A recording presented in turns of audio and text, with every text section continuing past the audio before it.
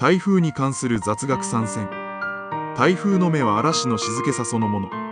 中心部では下降気流が働くため、目の中は青空が広がることも。